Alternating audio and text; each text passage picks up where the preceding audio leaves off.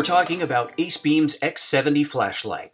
As you can see, it's a beast with a max output of 60,000 lumens and a 1,115 meter beam. That massive output is powered by 12 Cree XHP 70.2 emitters and 1 Cree XHP 35.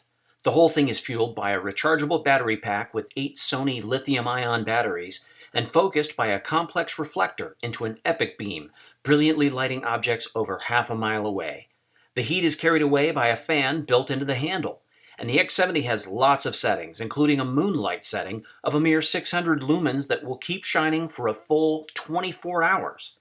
At the other end, there is a turbo mode, which will allow you to pierce the night with a 60,000 lumen blast. That might be overkill most of the time, so there are a range of other power settings to fit your needs.